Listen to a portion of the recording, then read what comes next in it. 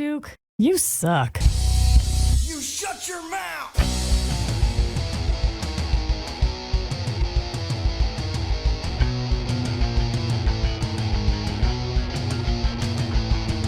Welcome to the Duke You Suck podcast.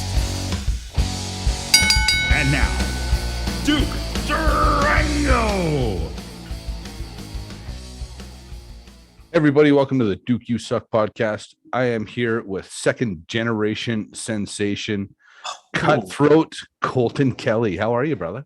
Good, man. Sensation's a lofty word.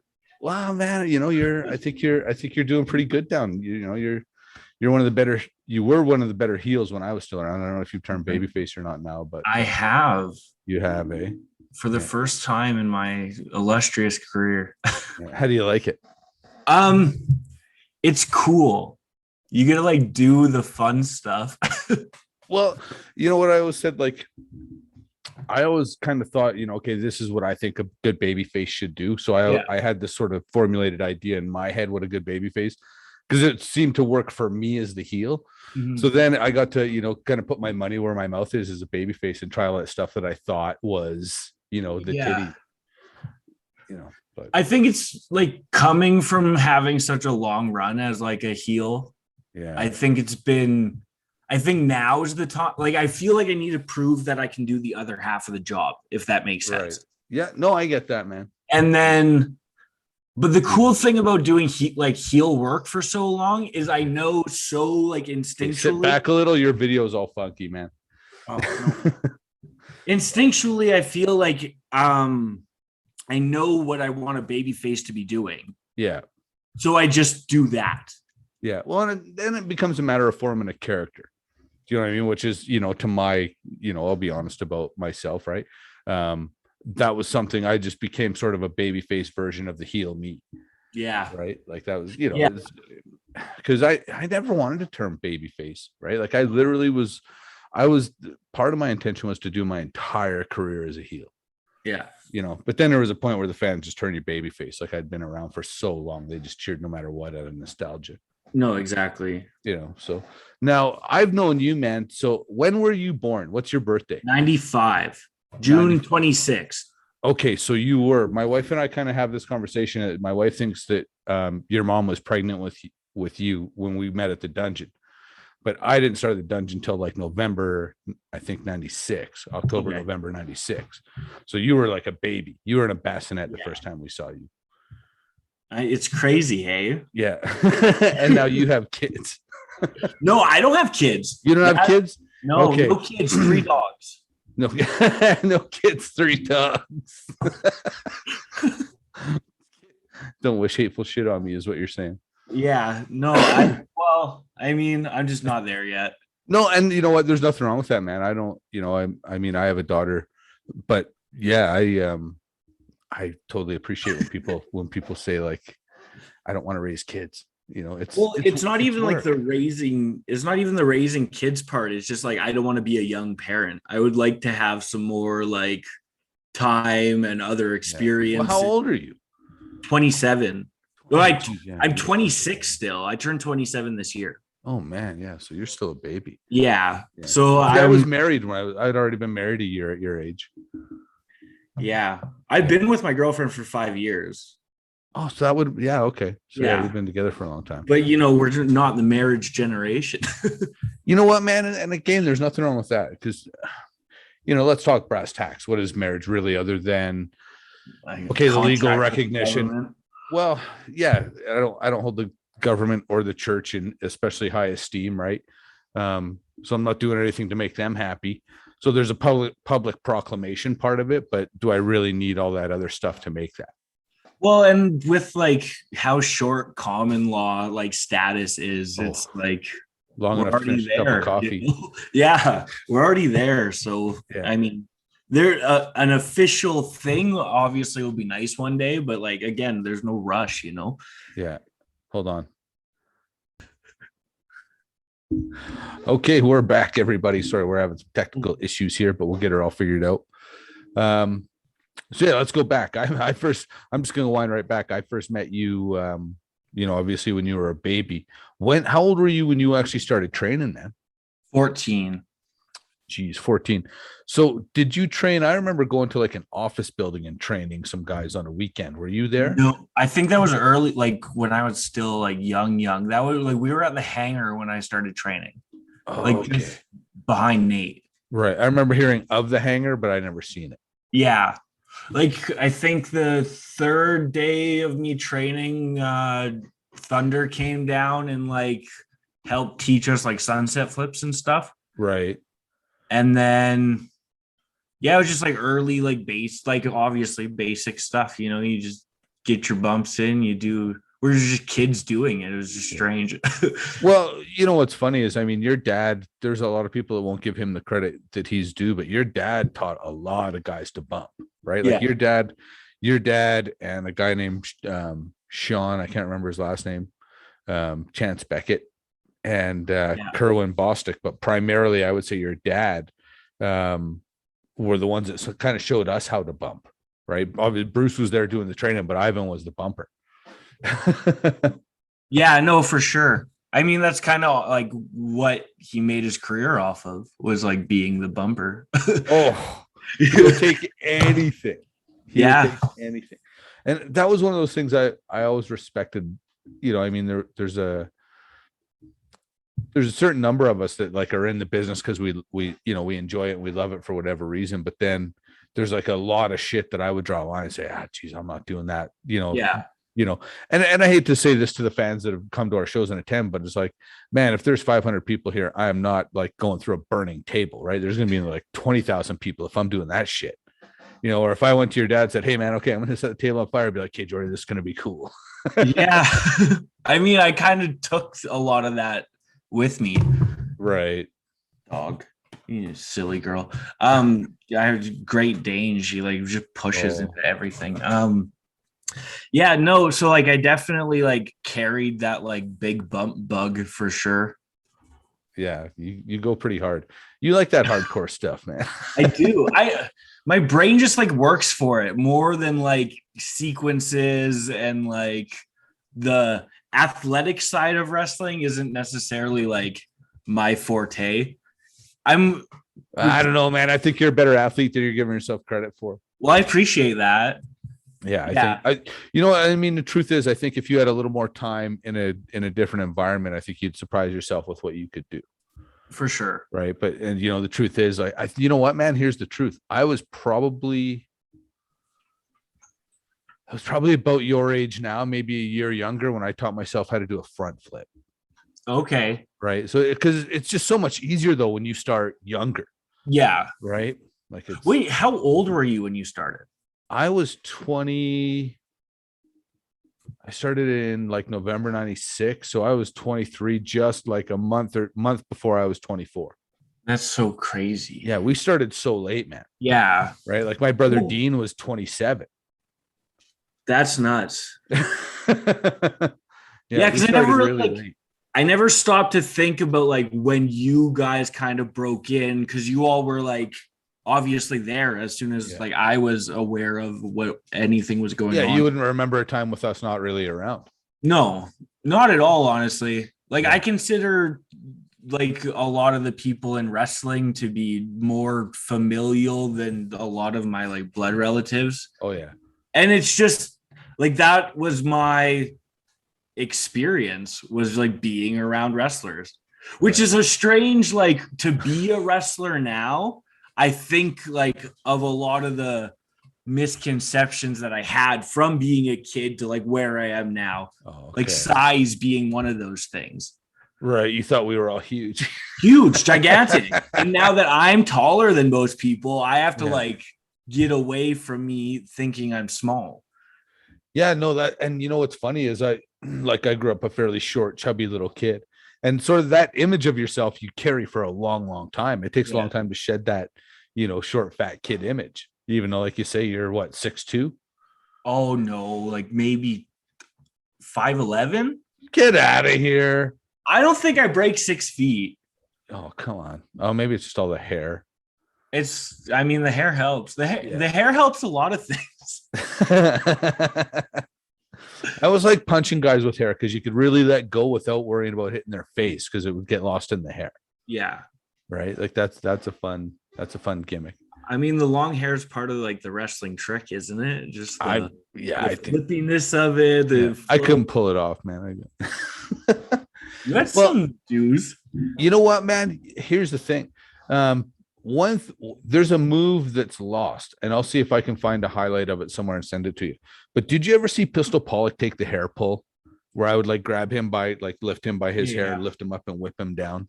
Yeah, of course I do. No, man, you got to take that move. That to me is one of the most spectacular for a guy with hair like yours. It looks so good. Okay, well, if you're passing the torch, you got to do that move. And it like there's kind of a secret to it, and I'll share that off camera, right? Kind of how you make it look better. But I'm telling you, there's very few people. There's a lot of guys that try that move, and they just can't get where. I mean, Pollock was such a good athlete, right? That prick could be over the top rope when you were slamming him to the ground. I know. Like, and then he'd flip over and let me do it to his face.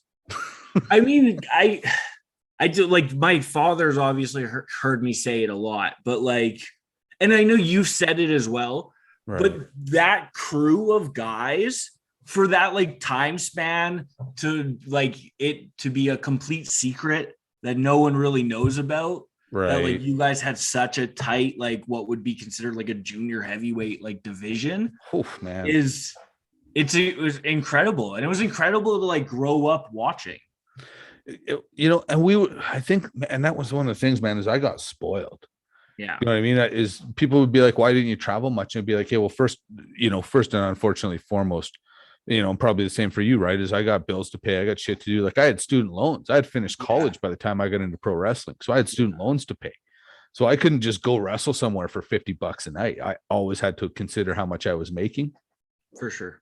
So I didn't travel that much. But then the other side of it was, and this is again something that you probably get spoiled with a little bit now, is when you look at a lot of promotions, they'll have a few good guys, and this is no disrespect to any promotion that's out there, but the top 3 to 4 guys will be good, and the rest of that roster will be somewhat questionable. Where I knew if I stayed at Stampede or hung out at PWA, I was always working a talent. I was never going to have to worry about who I was wrestling. Well, like this, I mean, especially because of like the second generation troubles or woes or whatever we're going to call it on whatever day. Part of like my philosophy was like quality matches over quantity matches. Yeah. And I mean, what you're saying is not untrue, right? If you have the disparity of like knowledge is kind of the trap, right? Yeah, is that 100%. Like, there's 1 or 2 guys that have as much information as possible. And then through the generations or them going to other places, the disparity of knowledge becomes larger. And you want to go to other places to learn different working styles. Yeah. Just to learn, like you say, different psychology, different philosophies. Work in front of it, because once you develop, there's a Calgary mentality, there's an Edmonton mentality, there's a Red Deer mentality, but it doesn't take you long to figure out how to work where. Yeah. You know what I mean? Where you got one shot to work in Kingston, Ontario, you have to figure out a different way to work. Well, Alberta crowds don't differ too much from like place to place, right? And again, I'm working on getting more experience like away from like Alberta, but I definitely kept it tight for like a long period of time. Yeah, you're ready, man. Get out there. No, thank you. Like I appreciate it. Like you, I mean, I got to like fulfill a lot of like childhood dreams with you. Oh, thank you. I mean, it like you, like I got a match with the Highlander with you. I got a Wrestle Team Hall of Fame. Like you guys, like you've acknowledged like the whole title fiasco, like, and there's no, like, I've checked off quite like the list of like people from my dad's era, but like you and like Ty were like the most like consistent part of that. Right. And like the Highlander stuff never would have happened if you guys weren't involved. And that was huge for me. Right. The Highlander. Yeah. That's a guy we got to get together with, man. Oh yeah, for sure. So here's the thing, I think I owe you a little bit of an apology, and maybe, and maybe you'll let me off the hook here, but so if people don't know the story, when you won your first PWA tag team title, we dropped the belts to you guys. You pinned somebody else, but you didn't know you were winning. You actually thought you botched a finish. And well, I don't know if it was you or Reed, to be honest with you. Well, it was mostly me. It was who was in the ring? It was me. I pinned Sean. Okay, so that's okay. I knew I was sitting outside watching, but I couldn't remember who's in the ring. And Old Thickness came in and asked me what we're supposed to do, and I just looked at him and said, "Pretend like it was supposed to happen." And so, to me, looking back, it's still funny. Like we thought it was hilarious because the look on your faces when you came back into the locker room, man, thinking that somehow that finish got botched and you just won the belts on a total mistake. That's actually one of my favorite memories ever in the business, because your eyes were so big when you came to the back. You were just like, we don't know. And we kind of all started laughing. But also I do apologize because it's a cool thing to win your first belt. To be able to celebrate that and actually enjoy it. I've heard you like discuss this like a few times now, and I really appreciate both sides of like the sentiment, right? Right. I enjoy the moment for what it was and do think it has extra meaning because of it. Right. But then both of our girlfriends weren't at the show. So, like it's a two-sided coin there. But I mean, the reason we had so much fear was because I was going through like a shaky sort of like attitude period, let's call it. Right. And so we thought it was just going to be like another foot in the mud. Oh, I see. And you know what I mean? I never was any part of any. That's, you know what I mean? I was always so disassociated from all that stuff going on in the locker room. Yeah, no. And like, we worked really hard to get that moment, and for it to be like a true, like, I mean, a surprise finish like that in my heart is like one of the most respectful things you could do, right? From the other four people in the ring, right? Yeah, like that's like a tremendous sign to me of like love and respect. Well, and I got to tell you, at your expense, I've gotten a ton of mileage out of that story. Good. I've told a lot of people that story. There's no harsh feelings on my end. Yeah, but and the thing is, you and Reed Matthews are such good guys, and I remember kind of at the time, I don't know if Prime and Moore were getting ready to leave. I'm not sure exactly what was going on, but it was like, okay, well, it's time for these guys, that it's time for the millennials to do this. Well, and then we went to have like the second longest tag run behind you and Chris Steele. So right. Yeah. The me and Steele thing, I think that was an odd. I think we just kind of came along at a time where nobody was quite ready as a tag team yet. All you guys were still kind of focusing on being singles guys. Yeah. And then, and then we started to build the division. For sure.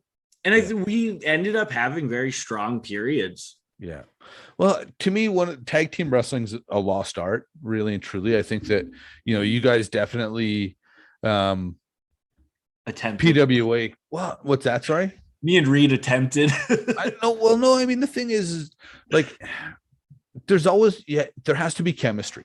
There always has to be chemistry with two guys. I remember being tagged up one time with a guy called Carnage. Hell of a nice guy. No disrespect to him, but we just had terrible chemistry in the ring together. It just didn't work, right? And sometimes, but you and Reed work good together, man. I mean, if I didn't think you guys had the chemistry, I definitely wouldn't have been the ones, hey, let's put these guys over tonight. No, for sure. No, we worked really hard and we had a lot of fun together. And that was like, we very much looked at it as like, okay, well, like we're a unit now, right? And we have to approach this with like collective decisions, make sure that we know what we want to be doing when we want to be doing it. And I honestly haven't found that chemistry in like a partner again, So it's hard, man. I think we all kind of get one if we're like lucky, Yeah. I love tag wrestling, but now like I want to just focus on other stuff. Well, you know what, man? Singles wrestling to me is really, really fun because the thing is, you can do tag wrestling. You can do a little more stuff, with tandem moves and things like that. You can do a little bit more, but to me, I like the idea of standing on your own, every night, whether winning and losing isn't a big thing, but how you get over is all on you. Yeah. right? If you're having an off night, there's no one there to carry you. It's just you and you and the other guy. No, not at all. I'm enjoying this run though. I am like the new character, getting away from like the millennial stuff, having like the doors kind of shut for a while with like everything that like went on in the world. I just took some time to try to mature, and like I felt like the character needed to like move on from being just like a shitty young kid. Well, I mean, the realistic thing is you're not a young kid anymore. I mean, you're 27. No. Right? 20, No. Going to be 20, coming up 27. So these are also, I mean, a lot of people don't realize this. Excuse me. These are also now for the next 8 years. These are your peak physical years. Yeah. 27 to 35. This is where it's all going to happen. Do you know what I mean? So that's why I'm saying, like, you're ready now. Get out there. No, I appreciate it. I really do. Like your like the approval of your peers in like your generation like means a lot to me still.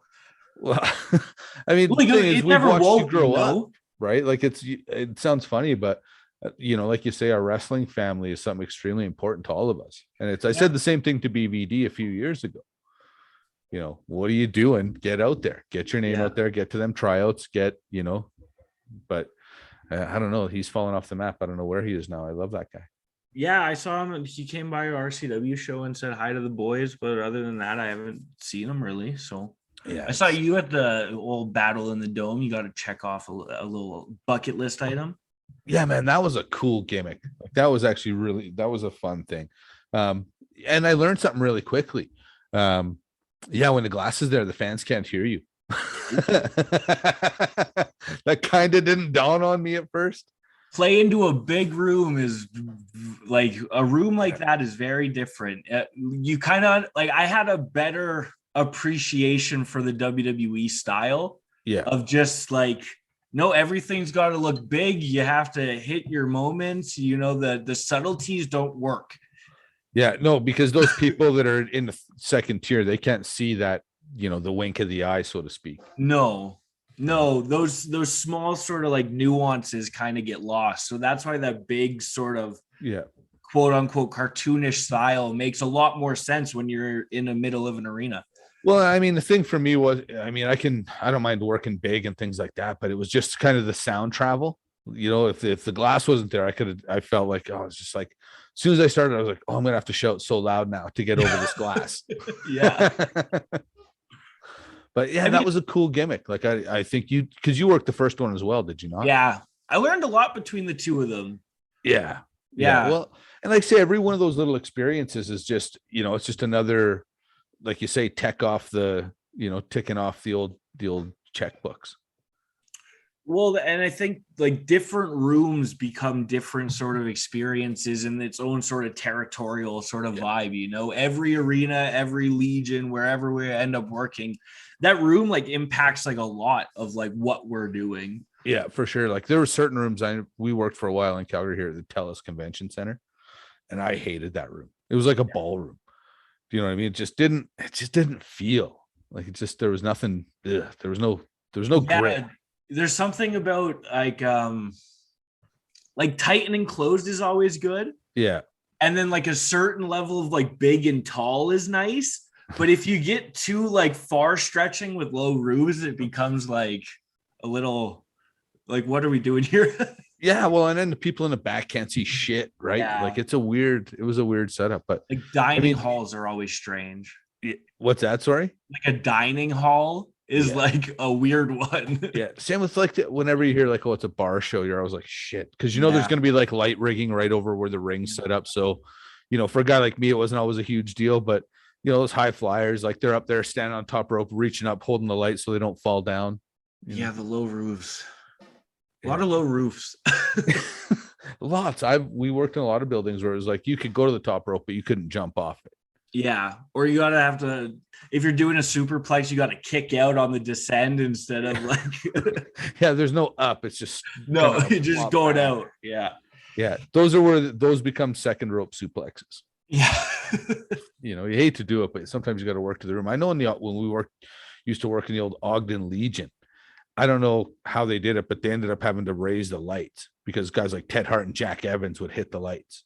That's so crazy. Yeah, it was never a problem for me. No. No, high flyer like a rock. Bust out a moonsault every now and again. Yeah, but the problem is it was always stuff I could do. And this is why I tell you, like, you know, it's good to be a baby face now while you're young, because do that shit. Because my psychology was so different that my attitude was always that if I could out wrestle you, if I can hit the moonsault on you, if I can do all the moves you can, why would I ever cheat?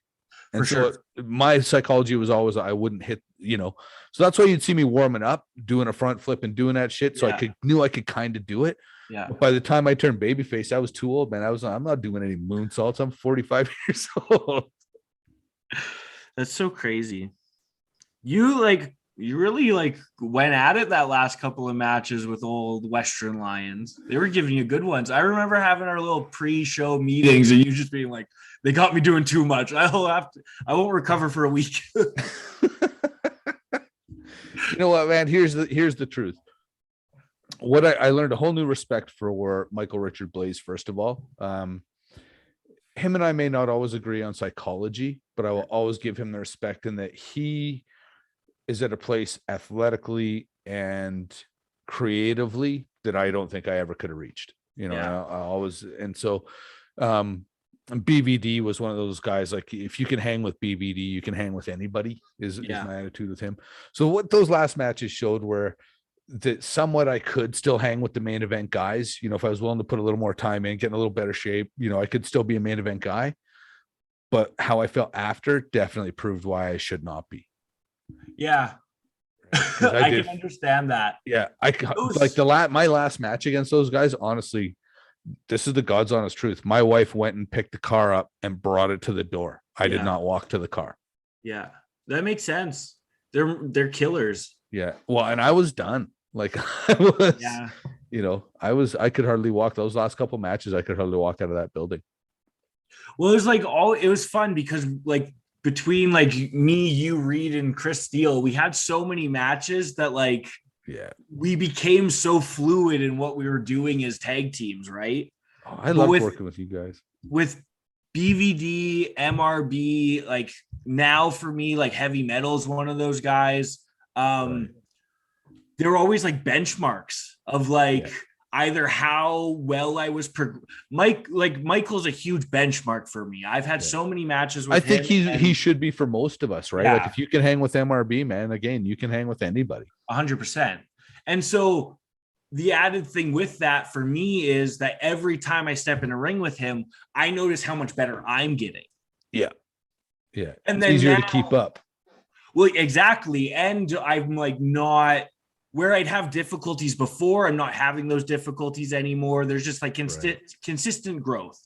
And and again, with like the baby face character, that's kind of the mentality that I'm just going for. It's always like best foot forward every day.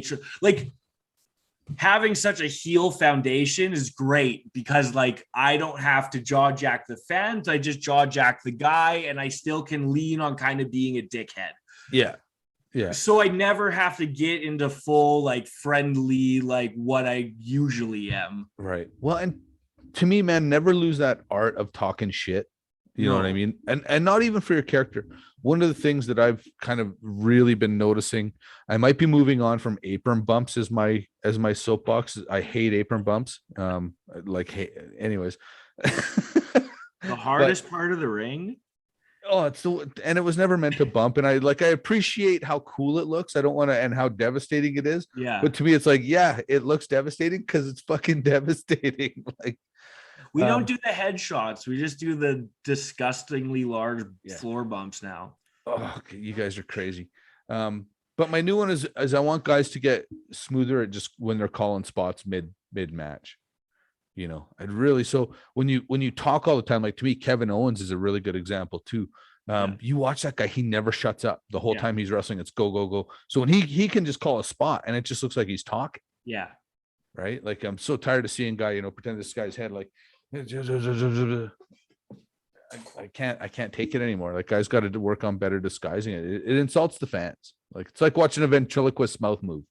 I've been in the ring with like a loud caller recently. And I found it like really interesting in the fact that no one in the audience could hear him, but he was doing nothing of like the hiding sort of stuff. He was just like you said, kept his mouth running and just like called the shit like at a level that we could hear. Yeah, for sure. And things were just like that level of like smoothness was like the Saddle Dome was good for that too, because no one can hear you. So you can just call shit. Like, well, especially when there's nobody at ringside for us. Yeah. Right. Like, they're the closest person's behind glass 50 feet away. Right. And you know who taught me that was Kenny Johnson. Like, he would just talk to you in the ring. There was no, speaking in a whisper. There was no one worrying about speaking Carney. He just talked to you, and you realize like, oh, they can't hear us. Like, no, for sure. Especially once they get there, if you have them hot, there's no way that they can hear what you're doing. Yeah. Oh yeah. I remember one time Stu Hart told Pistol Pollock and I that, like, if you have the crowd counting with you, you've got them in your hand and you can take them wherever you want to go. Yeah. And I remember one time, faint hope spot, Pollock pulls me into a small package in the crowd. We hear the crowd start, and we started giggling. Like, we were actually laughing in the small package. Yeah. You guys had such like those, like, to go like see those matches again are still so like, you guys are so ahead of your time, honestly. No, I don't know if they stand up, man. I don't know if they hold up anymore. When you watch the style of wrestling today, man, I don't know. It depends. Like, our scene, it depends what you're into, though, I guess. Our scene isn't like that far removed from like classic 3-step sort of. Like, there are guys that push the level, but our foundation's still very much rooted in like that teaching of match psychology. Well, and I think some of that's the territory you're in. Yeah. You know what I mean? Like, you still, like, you're still, like you say, you're still very heavily influenced by even just your dad's psychology, right? When you grow up watching that's just part of your DNA now, that style. Well, and like the PWA psychology, I don't really think has changed that much over the years. No.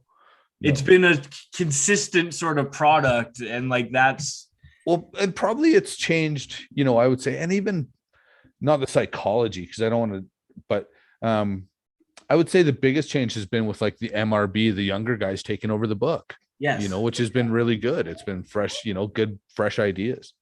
The formatting definitely I've seen differences in through my time. Oh man, I bet. Yeah.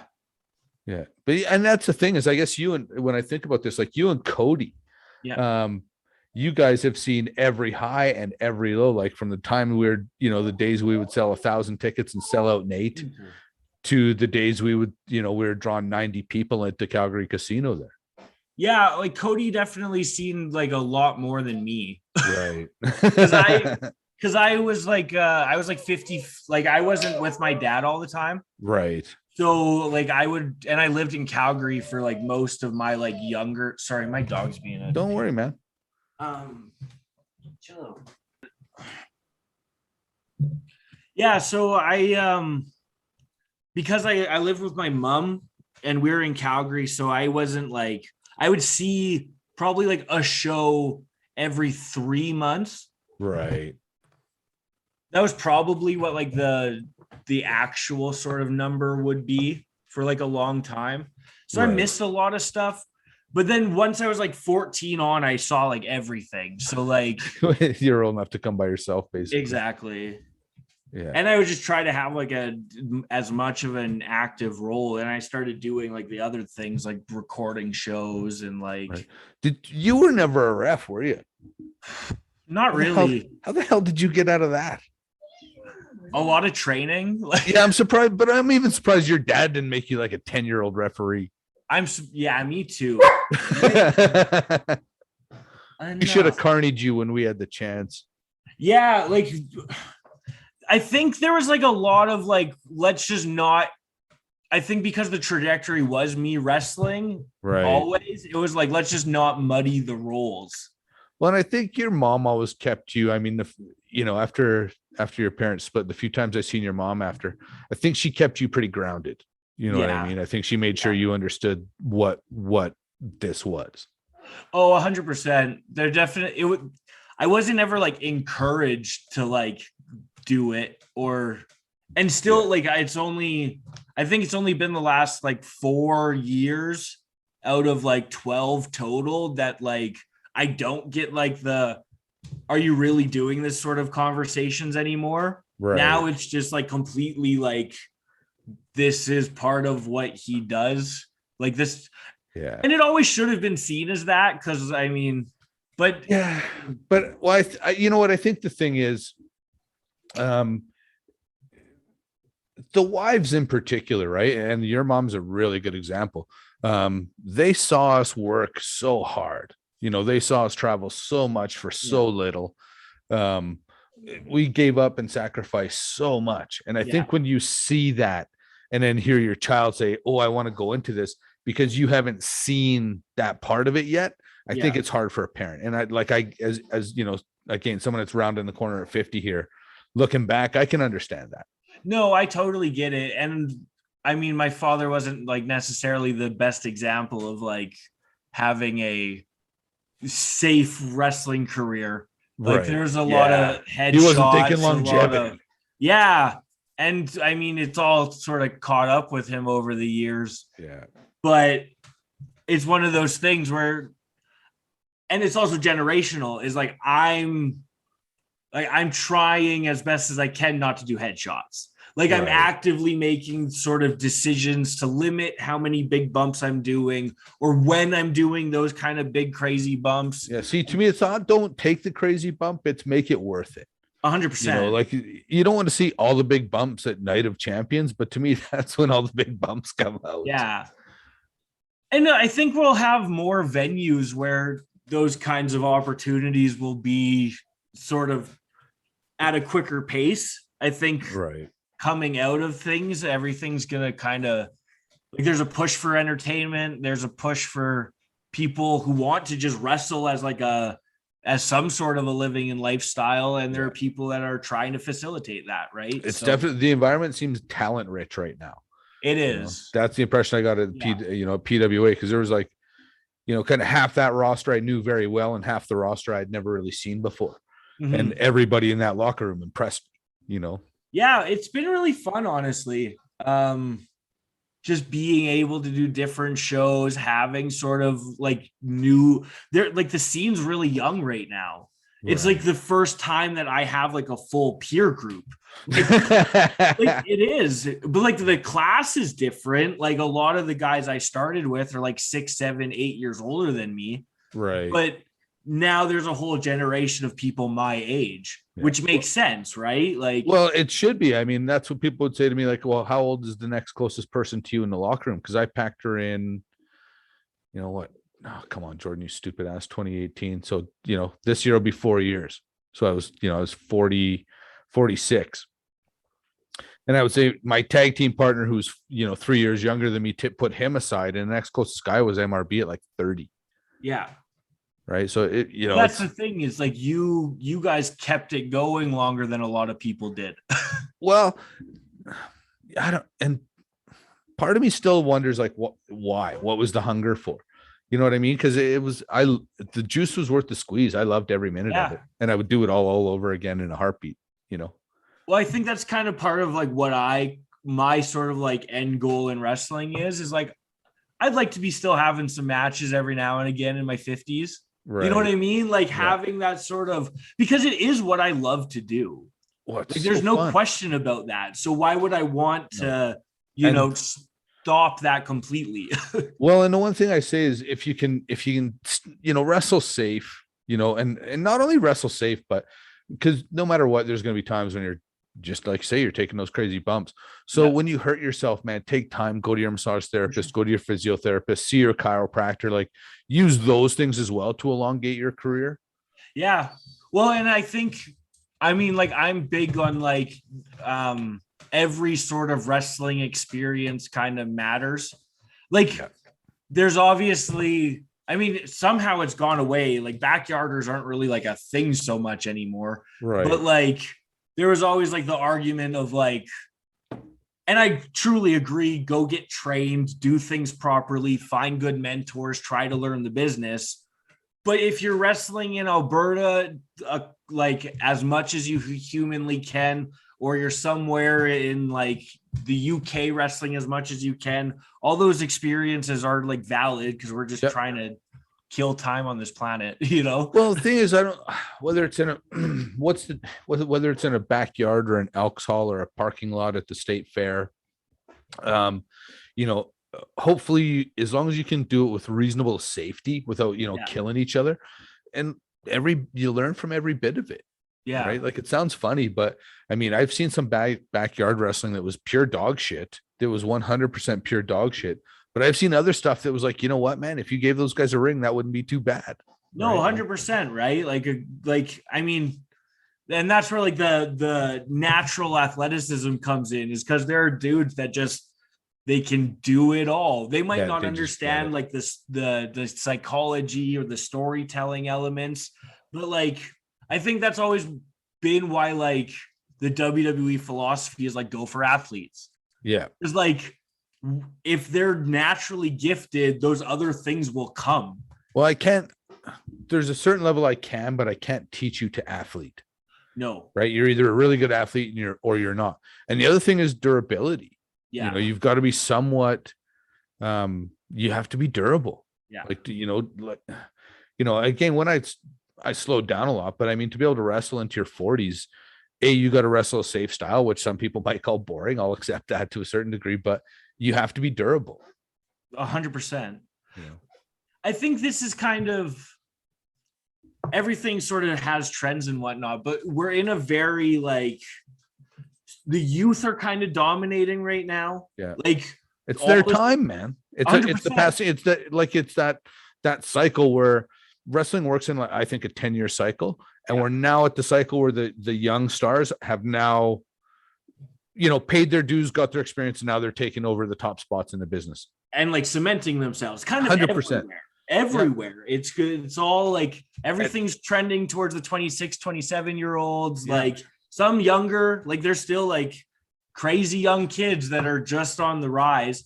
But there's still something about like Nick Bonkwinkle like wrestling in his 60s. There's still something that's like about an accelerated sort of age group having high quality matches that's still very exciting, you know? Yeah. Well, and I mean, I think that just all comes down to looking after your body. 100%. You just got to look after yourself as much as you can. Use the ice packs. Like, you know, we're all wrestlers. We're tough. So if it ain't falling off, I ain't going to the doctor. Go to the doctor, man. Yeah. Get that. Like, you know, I mean, I broke my fingers. I broke 3 fingers at work and didn't file a workers' compensation claim because I didn't want to miss matches. So I just would tape these fingers together during my matches and had this stupid cloth thingy. And, you know, that was it. Right? I know. I had a pinched nerve in my back and I had to take shows off just so I could go to work. I was like doing the responsible thing. I just got this job. I can't. Like, I want to wrestle, but if I can't like get out of bed properly in the morning, you just have to take a show off. Like it just is what it is. Well, yeah, ultimately wrestling's a business. And that for me was probably one of the reasons I didn't make it to the highest level, because I wouldn't take those risks. Yeah. Right. Like I was just talking to somebody about it today. Like if I make $100 a day at my job and somebody says, hey, come, you know, to the States, we'll give you 200 shows a year for $50 a day. Well, that's, you know, I'm not leaving. I can't pay for a residence there, help my wife at home and live. Like it's just not sustainable. So I was never willing to do that stuff. I think that's kind of why like the Canadian wrestlers all get like, once we do break out and get on like an international sort of like scale, that is why we have such a high regard, is it takes us so much to get out of Canada. Like for sure. Especially Western Canada, man. Yeah. Yeah. Because we had a handful. Right. Pardon? No, you're 100% right. Like, I forget who coined the phrase, like the Western Canadian wrestling vortex. Yeah. I mean, it's cool to see that like BC's starting to get some heat. Like they're definitely getting more sort of outside exposure. And there's a lot of like cool things happening in like the Canadian indie scene. The frequency is high. It definitely feels kind of like it's more sort of like wrestler driven right now. Yeah. Of like boys being kind of the guiding spirit behind what's happening. And that's what I'm hoping for, that the guys and gals in the industry are taking it over, because the days of the carny promoter need to be over. That didn't pay the staff or didn't pay the venue or didn't, you know what I mean? Or paying shit. Like, to me, if you can't guarantee your whole roster like $100 a night, you can't afford to run like that. Think about that. An average show, that's $1,500. Yeah. You got to draw 200 fans to cover the wages. Then you got to draw another, like, I don't know, man. I have a hard time. I don't want to be a wrestling promoter. I don't want their problems, for sure. But there's a lot of promoters out there that are paying people shit to take the risks you guys are taking now. I mean, yeah, there's a side to that where I think that people, especially like people that are like super fresh and excited, want to do the things, and promoters know that. Yeah. And we've never really, like, to my experience, there's never been like a great sort of like wrestler sort of philosophy on, like, let's call them like pay bonuses. Well, it's hard as an indie wrestler. And this is one of those things I defy, like, this is one of those change my mind statements. Yeah. It's really hard as an average indie wrestler to quantify your worth in draw. Yeah. Because with the rotation of talent, you will see the draw come up and come down as you build new stars and things like that. But really and truly, indie wrestling is indie wrestling. Most of those people are coming to the indie wrestling show anyways, regardless of who are there. Yeah. So it's really hard for you for a person to really stand up above and say, yeah, when I'm not here, your draw cuts in half. Because that doesn't often happen. No. And I think like the other thing is, if you go kind of on like a year per dollar scale, at a certain point that doesn't work. Yeah. Like there's like, for example, this guy, his name's Mars the Specialist. Like he's an epic. You met him at the Saddle Dome show. He's only been wrestling 7 months. And like to tell me that guy should be having like entry level sort of pay would be mind blowing to me. You know what I mean? Like there's a certain point where your experience and your talent kind of outweigh each other. Well, and it's, there's an experience factor for sure. Like, the kid's only got X amount of matches, but there's also the intangibles a guy brings to the table, right? 100%. Like, I'll use Ted Hart as an example of a kid. Didn't matter how many matches he'd had when he started, he could always do really cool shit in a wrestling ring. So how do you justify paying him, like you say, entry level pay when he can do what he can do in a wrestling ring? He will, at some point return your investment. 100%. And so when it comes to the kind of like that eagerness of like wanting to do things, if you are sort of like a person that leans towards sort of like wanting to do hardcore wrestling or the more extreme style of wrestling, you're going to want to do that regardless of if you're getting paid or not. So that's why kind of the vets always say like, hey, like watch your bump card, like make sure you're like picking your spots and stuff. And I think there was, especially when I started, not from, sometimes maybe from me, but like you'd hear kind of like, oh, well, that guy's just like sort of like past his time, or he's not up to like what we're doing contemporarily and stuff. And there's also sort of like you're saying, you're speaking from like an elder statesman perspective, that when you're young and green and full of piss and vinegar, you don't either value as much, or you're not like paying attention past the moment. Well, I always say, look back to your first match. Yeah. When we talk about psychology, and I was, because we're always still learning psychology. You're always still learning what works and what doesn't, how to, how we can better tell a different version of the same story. Right. Or the different levels with like adding sequences. Especially when you're working long-term, 1 year long programs or, and the one thing I would say is think back to your first match. Think back to your very first match. And someone told you you're doing, I don't know about you, but we were putting in like 15, 20-minute Broadways, our first matches. Yeah. So you'd go over the match and you'd have all of your spots and all your cool stuff figured out. And the bell would ring and you'd run through your entire match and you'd hear 5 minutes gone. And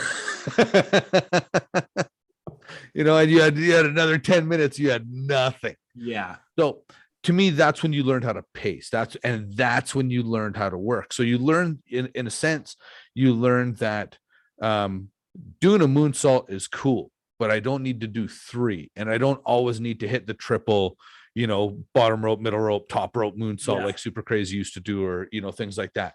You can save those and make them mean a little bit more, But I also believe there's a healthy medium between, say, a style that I choose to wrestle and lucha libre.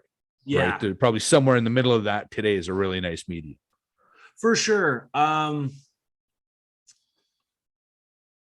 I pay a lot of attention to like the psychology aspect of it, and the sort of especially now that I'm in a position where I'm making a lot more like the creative decisions, especially like in my matches. Right.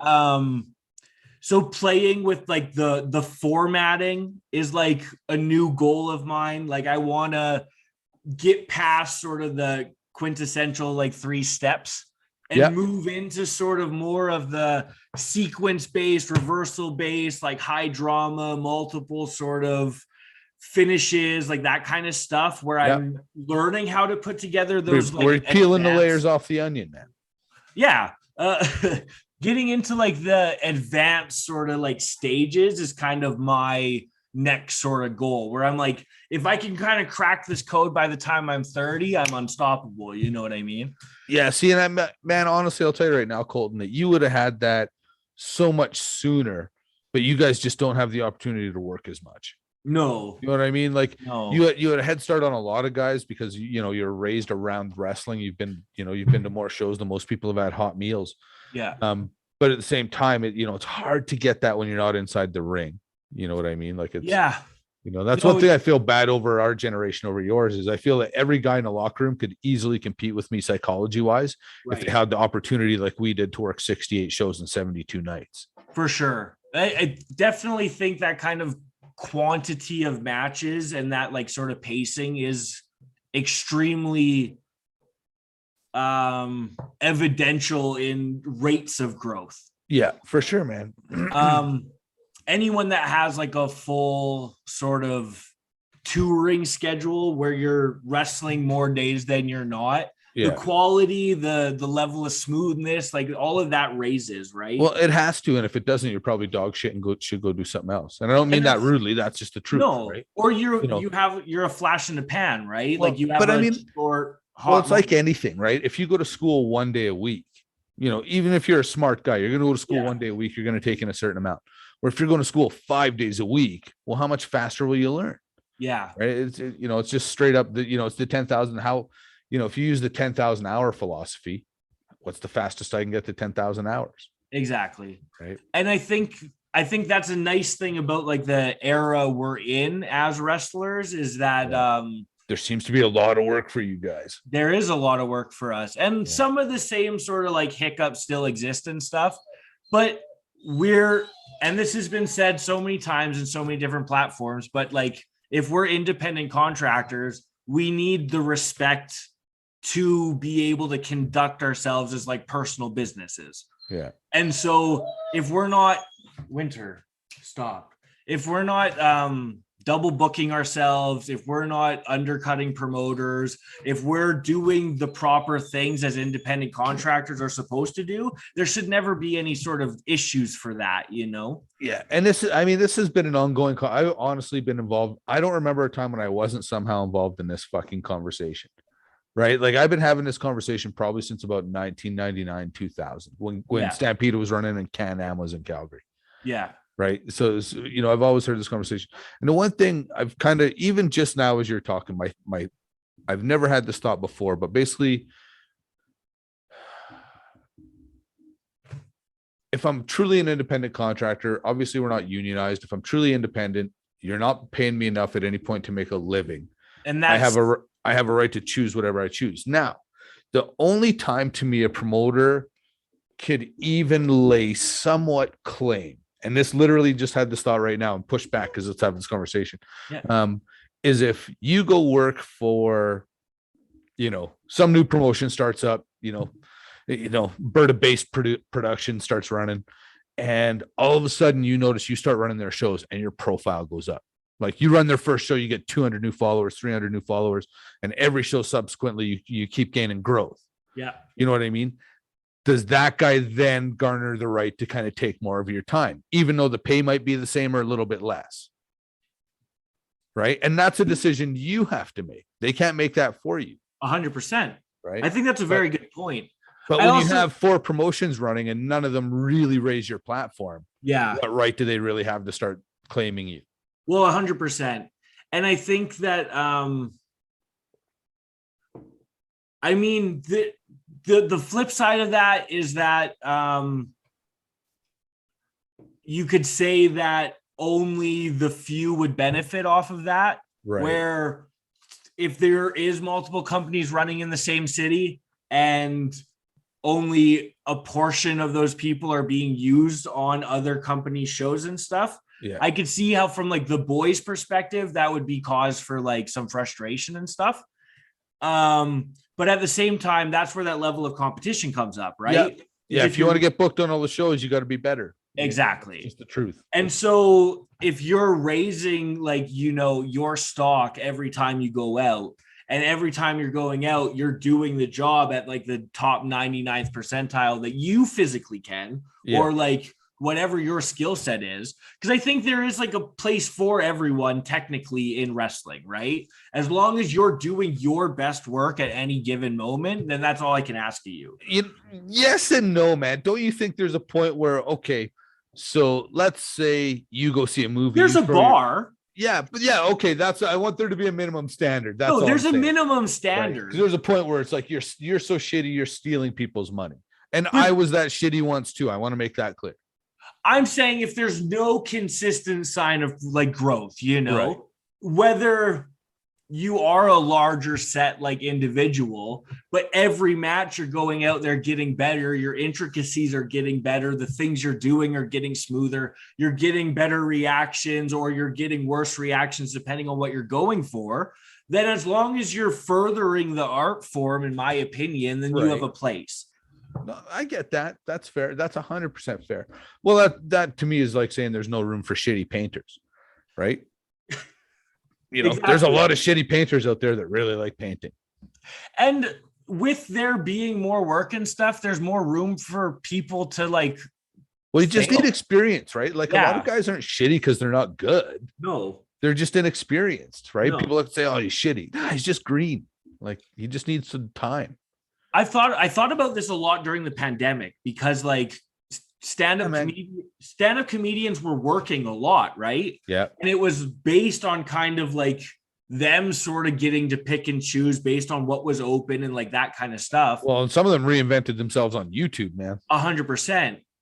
And without a wrestling ring, our art form becomes a little difficult. Oh, 100%. Yes. So there's a part to where we do owe promoters, and I understand that. But at the same time, I wish if we didn't have a wrestling ring, we could have more of like a stand-up comedian sort of like mentality of show up, do your time, and go on to the next thing. Right. See, and that's where I brought up that raise your platform question. Yeah. Because, and I don't want to disrespect any promoter. Every promoter works their ass off to put that ring up and run that show, to put a few bucks in the boys' jeans, hopefully put a few bucks in their jeans, you know, and girls. Sorry, I keep saying the boys. You know, and everybody has a good night, entertain the fans, and go home. And everybody works hard. But to me, they're all essentially at this point still doing the same thing. They're drawn essentially the same number of fans. In fact, most of them are drawn the same fans. Yeah. So unless somebody could say, "Hey, man, I'm running your face on television every week," it's really hard for any of them to lay claim to anybody. The paying my bills thing seems to be like the big crux. Yeah. You know, if you're not paying my bills, then you don't necessarily have the right to tell me like where and when I can do what I wanted. And out of respect to the promoter, the platform thing makes a lot of sense though. Honestly, if you are getting consistent growth and you know it's coming from one thing, you maybe should be prioritizing yourself, you know? Well, I was just going to say, now here's the thing. When you get to that point where you know, promoter A wants you on the show, promoter B, promoter C, they all want you on your show, on their shows, and now you're getting to competing dates. Well, you hate to do it, but this is where money becomes a thing. Yeah. right? Where I'm not just willing to accept whatever the envelope is. You know, this guy's giving me this guarantee. What are you willing to offer? Let's, you know, what am I worth? And that's the only way in pro wrestling you can actually determine your worth. And I think that's where like more places to wrestle, more opportunity to wrestle, it raises all like tides, you know? Yeah, rising tide raises all ships. Yeah. Man. And so I think like AEW, especially during the pandemic, proved it, right? Collaboration is the way to go. And I hope that on like a more like minuscule level or like minute level, it trickles down to seeing that like, hey, if the guys who are performing on our shows have the platforms to get better as consistently as they can, then like we're all going to raise up because of this. Now let's just toy with this idea for a minute. So I've got 4 promotions running between 2 cities. I've got the top 6 guys working for all promotions, basically, we'll say 6 or 8 guys working for all the promotions. Now, I want to do an interpromotional thing. Who represents what promotion? Do you know what I mean? That becomes that's where that stuff becomes really tough. Well, when you look at, say, AEW, Impact, New Japan, it's real easy because it's like, this is their roster, this is our roster. It gets much more muddy. But having said that, that's an easy fix. You just say, okay, for the next 6 months, let's lock down rosters, and then then we can start heat and really announce that you're locking down rosters.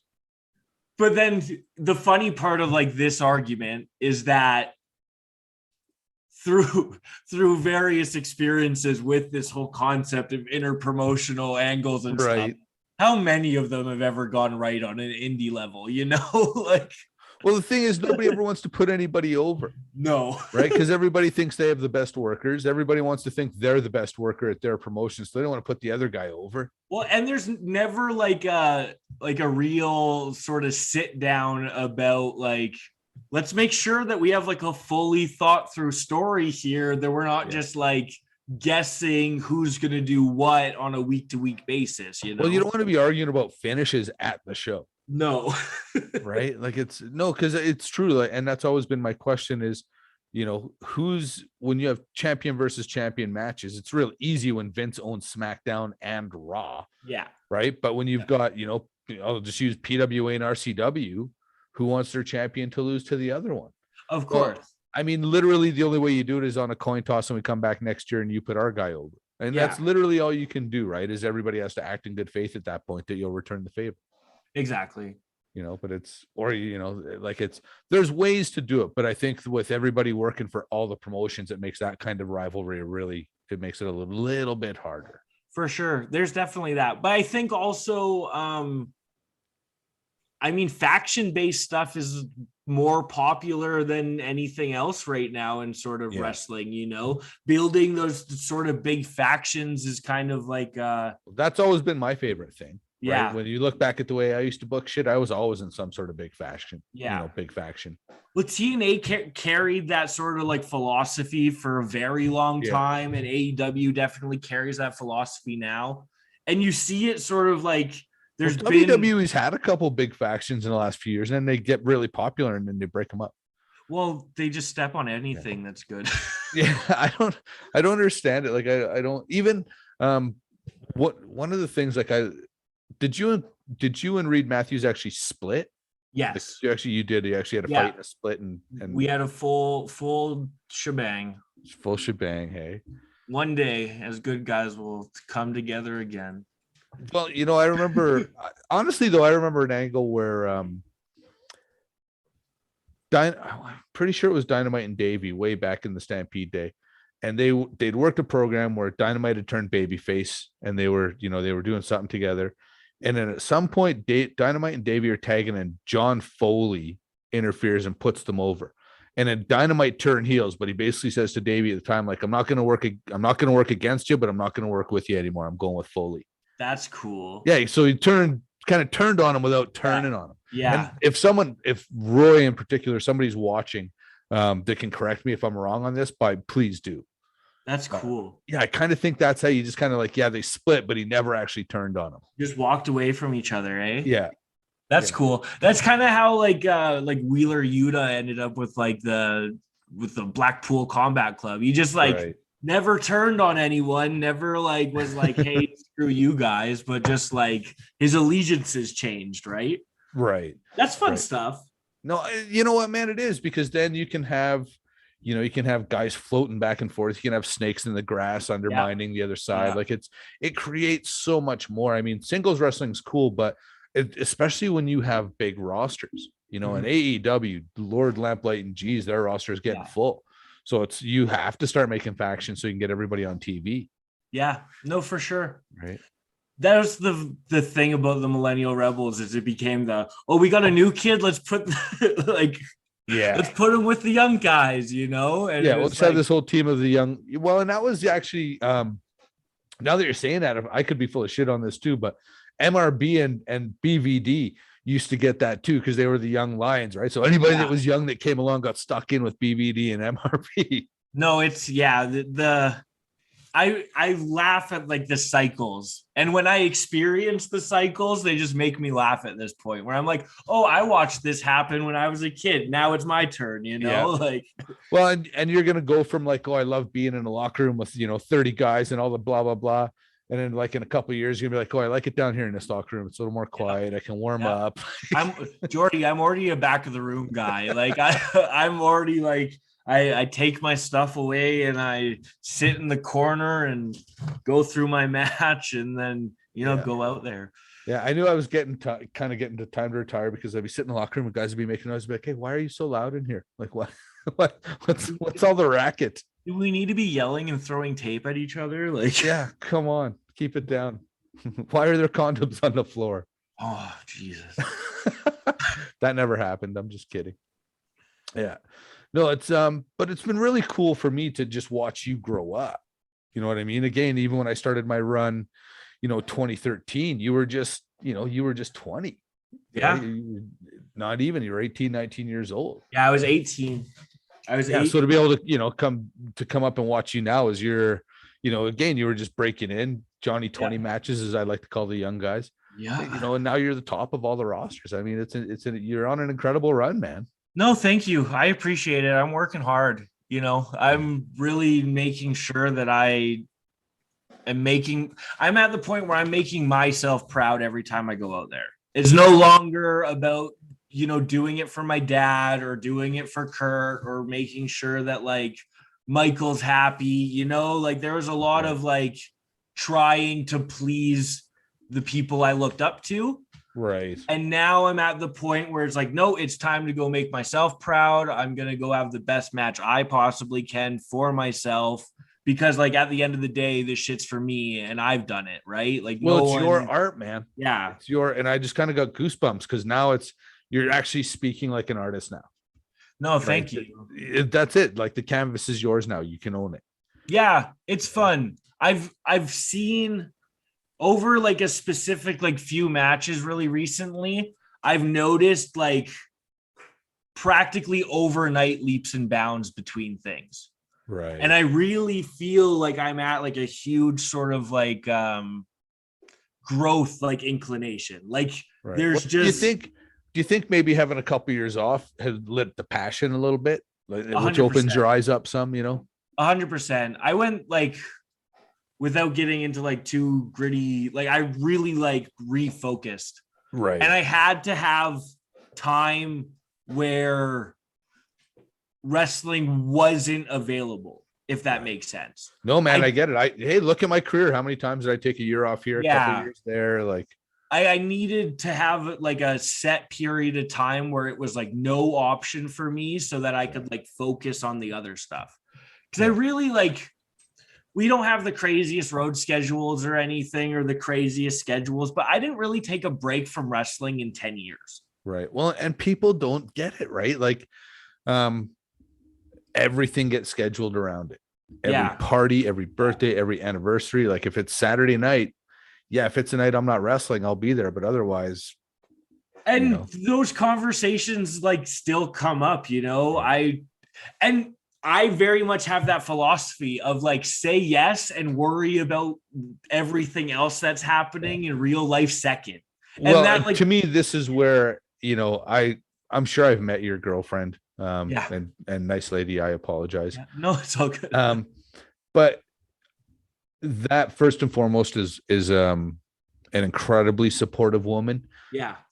Excuse me, because a lot of women and men start dating wrestlers because they like the idea of dating somebody that could be a star, or they view as a star for whatever reason. And then the reality of the business sets in, that you could be spending your birthday alone because there's a show that night, or, whatever dinner you want to do is getting put off, et cetera, et cetera, et cetera. And all of a sudden the novelty wears off probably within about a year or so, and they're out of there. It's quite quick. Yeah, man. Like how many times have we seen it? I mean, you've been around the business now 13 years. Well, and I mean, a supportive partner is kind of a make or break in a lot of people's stories, It is, man. Well, and even if you don't, you just have to have somebody that understands. Yeah. I don't expect you to come to every show. You don't have to do all that shit, but just understand that I don't do this because I want to be away from you. I do this because it's in my DNA. Well, and you work for us, regular working wrestlers have to, work their jobs. Or do whatever they can to accommodate, their wrestling habits. Yeah. And then so oftentimes you have a shit job because you're just trying to have anything that'll give you a decent schedule. And the schedule is a big thing, right? Yeah. I'm lucky to have gotten a position that's 4/10s Monday to Thursday. Sure. So I can leave on a Friday, but I'm gone till Sunday night and I'm back at work, and I haven't really spent any time with my girlfriend. You know what I mean? That's where it comes into play. Yep. Oh yeah. Working. And that's where it comes in to me, shower those women with love and affection and attention when you can, because, it's rare. It's hard to find, man. It is. Well, and then if you want to do the more extreme stuff and you have someone that cares about you and doesn't want you to hurt yourself, there's that too. And then there's the morning after where you're in pain and they're like, so was all that super smart? And you're like, well, and that's the thing is you and your girl are still relatively young, but she has to be comfortable with the fact that she'll probably have to push your wheelchair. Oh yeah. Right. That's I have a more mindfulness about staying healthy. Right. Because of examples that I've seen. Yeah. Well, and that's the thing is, one of the things about wrestling into later in life, and this is why I'm glad to see you keep going and hopefully get the longevity, is it does keep you I look at some people my age, and there's a lot of guys that are in a lot better shape than me at my age, so I don't want to minimize that. Yeah. But at the same time, there's a lot of guys I look at and they haven't done anything since they were in their mid-20s or early 30s, and they just let it go, right? Yeah. It's just, so it kind of at least keeps you fit, Well, yeah, and I was I'm not a sports guy. Yeah.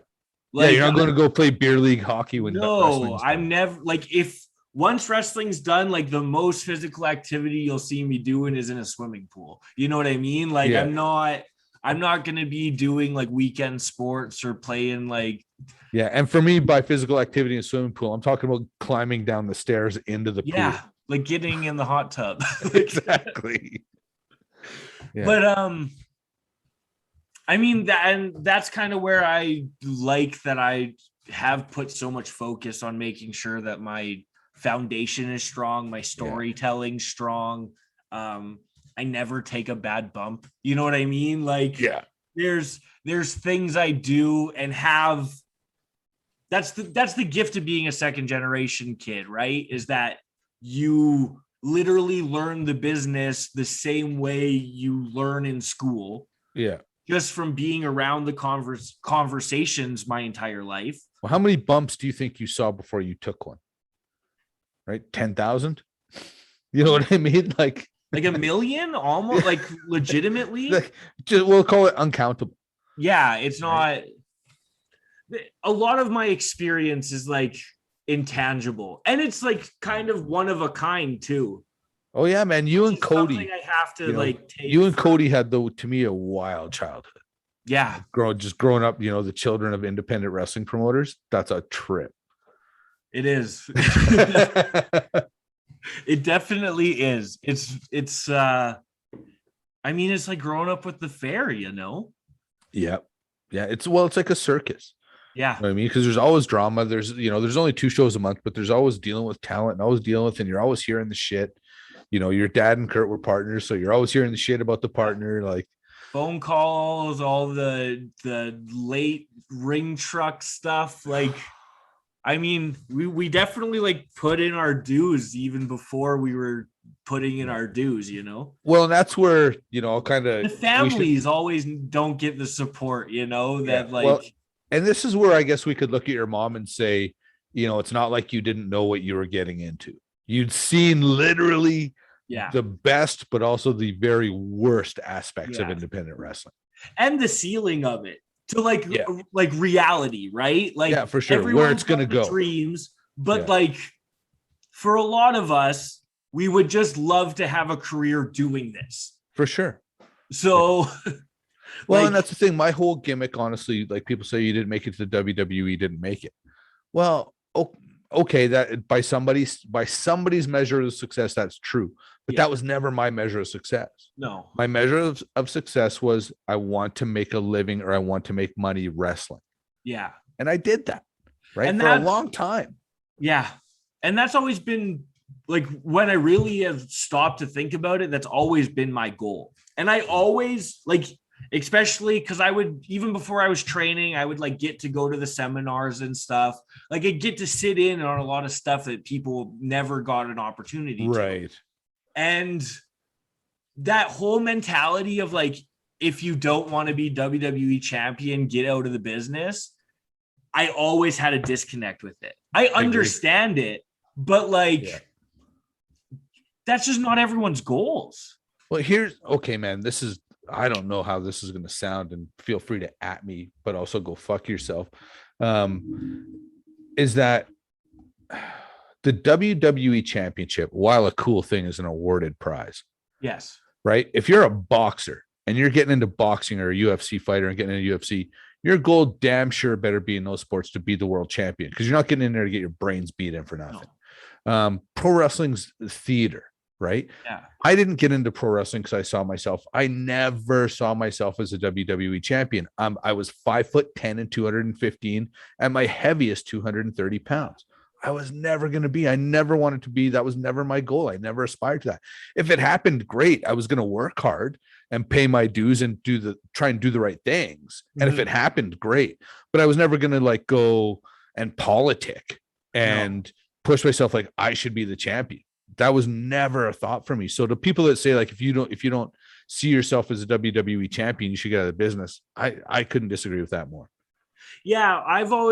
I very much am like, hey, like that whole like pin me, pay me sort of philosophy, of like, I'm here to do a job. Tell me the role. I'll tweak it to what I feel comfortable with. Yeah, but like, I'm here to do a job. It doesn't, I put a lot of focus now into like the wrestling's already over. Like by the time we're done everything, we're back in the car, we're going home. So like, let's get the footage. Let's make sure we're doing our best work and everything.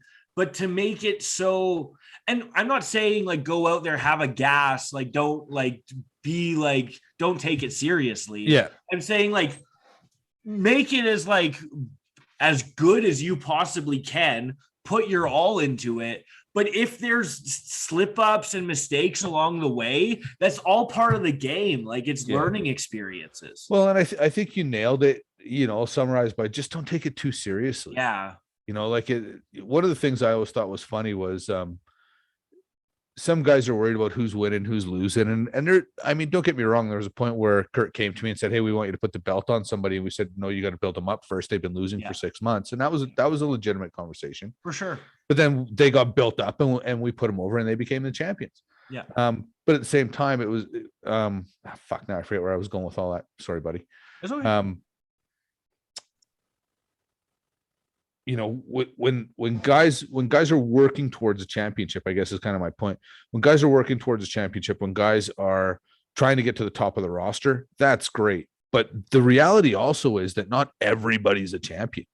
Yeah. And some people got to be realistic. Like, am I charismatic?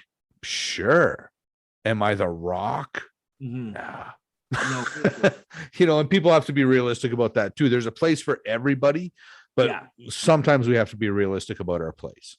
Well, and I think that I wish there were more sort of promoters that were looking and like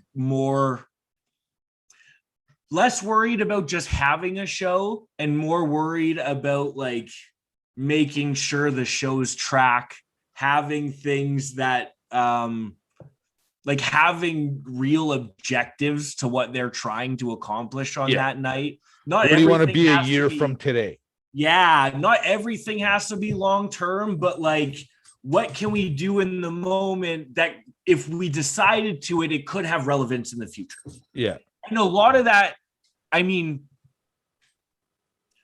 promoters and showrunners should have a base guideline of what they think should happen in that way. What's going to bring the fan back every week?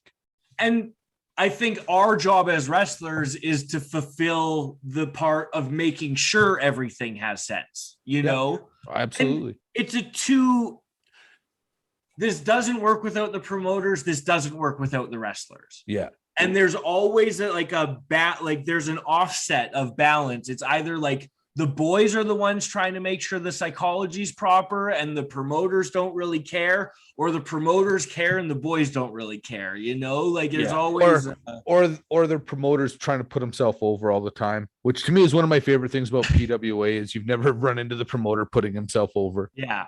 You know, sometimes his psychology is a little different than mine, but I think that's, you know, for me, that's pretty much everybody. There's very few people that have the same psychology I do. You know, and mine, I'm not saying mine's right. It's just different. There's also like people don't come from the same school you did. Right. And that's not even just like the dungeon. It's still like the mentality of wanting to be like a classic heel character for the entire arc, you know, like, well, even like think of the tag teams you've seen me in over the years. Yeah. How many actually broke up and feuded? I can't name them. Nope. No. Never. No. Never. And that was when Steele and we got together in 2013. I was talking about just getting back in, and I think he was coming back. He'd been off for a year with a groin injury. Yeah. And we were driving up to the first show, and we were talking about tagging together. And we had the show. We came back. And on the way home, we were just like, hey, if we're going to do this, you know, let's do it right. And, you know, kind of having a conversation. He goes, and we're never going to break up.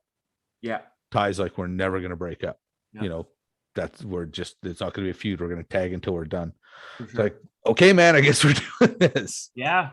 Right. There's something really special about that, honestly. Well, that's what I mean. Don't get me wrong. There's cool. Like when you have guys break up, I don't want to say that's not cool because you can have some really intense feuds. Yeah. The problem is a lot of times guys tag up for maybe a year, and that's not really time to build. No. You guys in the car build the bond because you're traveling, but the fans don't have time to build the bond because they haven't seen you together enough. As funny as that sounds. But the car thing doesn't really, it's happening more, especially with there being like a lot more sort of out of town shows happening right now. Right. And a lot of people like the cross border opportunity, like Alberta, like provincial border opportunities are getting a lot more bountiful again. Right. So there is a lot more car camaraderie, but realistically, especially in the PWA structure, like Reed lived in Calgary, I lived in Edmonton. So everything was like that day, you know, that's like, true. Yeah. Man. It's so weird. Hey, cause we went from, we were in the car, like me and Pollock would sometimes travel together. Yeah. So we'd be driving in a car for 3 hours talking about our match. Yeah. You know, where, like say you guys get, 15, 20 minutes. Yeah. And sometimes depending on what's happening, you just put something together in 5 and go try to make the rest up, you know? Well, especially when someone doesn't show up. And that's one thing that I go on about this ad nauseum, right? When you're in independent wrestling, sometimes you just never know who's going to be at the show. No, you don't know who you're working. You've never met the guy, like it just. Well, all of a sudden, you got an angle worked out, it's supposed to be you and Reed against Nizar and Andy. And all of a sudden Andy's got to work. And Nizar's, got a sore ankle. So now you're working, like you say, 2 guys that have never had a match before. And you guys are first. Yeah. Who's in the ring? Match 2. When are we up? 3. All right. You know, I A guess we'll lot of call it that. out there. I mean, it's funny how structured and not structured PWA can be at times. Yeah. It's I always kind of joke, and I hope Kurt doesn't take this the wrong way, but I've always kind of had the joke in my head, and I've said it aloud a few times. But you know, as long as we've been doing this at PWA, it feels sometimes like every show's the first one. You know, it's just chaos sometimes. No, it's been a fun journey. There's a lot of there's cool stuff happening. I mean, I'm very excited about this period. What do you got coming? Well, let's talk about what do you got coming up, man. What are your next dates? Doing RCW this weekend for their 19th anniversary in Edmonton for sure. Okay, so that'll be, what are we looking at here? That'll be the 21st. Yeah, the 21st, and then I have an interview with WrestleSode. Not to that's tomorrow, but I'm gonna scoop them. I'll put mine out first. Yeah, God bless you. Mine aren't interviews. Mine are chats. They don't even count. I don't ask any questions. I appreciate this. This is probably the longest one-on-one me and Jordy conversation we've had. That's true, man. Yeah, this is how I get to chat with people I want to chat with. It's good. It's a good vehicle for that. You get a couple hours to do that. And because I've always we've had lots of, I love Jordy story time, but usually there's at least one or two other people involved in it. And usually if it's in the locker room, I'm trying to get a teachable moment out of it somehow, right? Yeah. Trying to squeeze in some psychology. But yeah, RCW almost every weekend. I'm looking to get out of the province. I'm doing my first show for Prairie Pro Wrestling in Saskatoon. Nice. On the 28th of May. Okay. So that'll be a fun one. I don't think that's announced yet, but it is now. So yeah, Saskatchewan sort of re-debut. I've changed the character. I'm no longer doing the millennial icon stuff. I am Cut Throat Colton Kelly, which I love that name, by the way. Thank you. It's sounds badass. It's a less comedic version of me, right? Because that's the thing people didn't really get about the whole young badass sort of cocky character. It was all just comedy that was tongue in cheek, and a lot of people didn't get it. Yeah, just easy to hate, the young kid that thinks he's too good for his own britches. Well, the thing is that young kid, when that young kid can back it up, it gets frustrating for the fan. Exactly. Yeah. So RCW Power Pro May 28th. Prairie Pro Wrestling. Prairie Pro. Yeah, Prairie Pro. And then I got fun things in the works, more opportunities coming up. I'm really hitting a stride. So if anyone wants to book me, Colton Kelly 95 at Gmail. It's Colton Kelly 95 across platforms. So Twitter. I was just gonna say, what are all your handles? Yeah, it's cross platform, Colton Kelly 95. All right, man. It was really good catching up with you, brother. This was really fun. You. Thank you. It's honestly, it's an honor that you gave me the call. So forget it. The big show. Man, thank you for giving me your time. I really appreciate it. And nothing but love and respect for you and your whole family. Love you too. Thank you. Yeah. All right, brother. We'll talk soon. Have a good one. Dude, thanks, you too. You suck. You shut your mouth.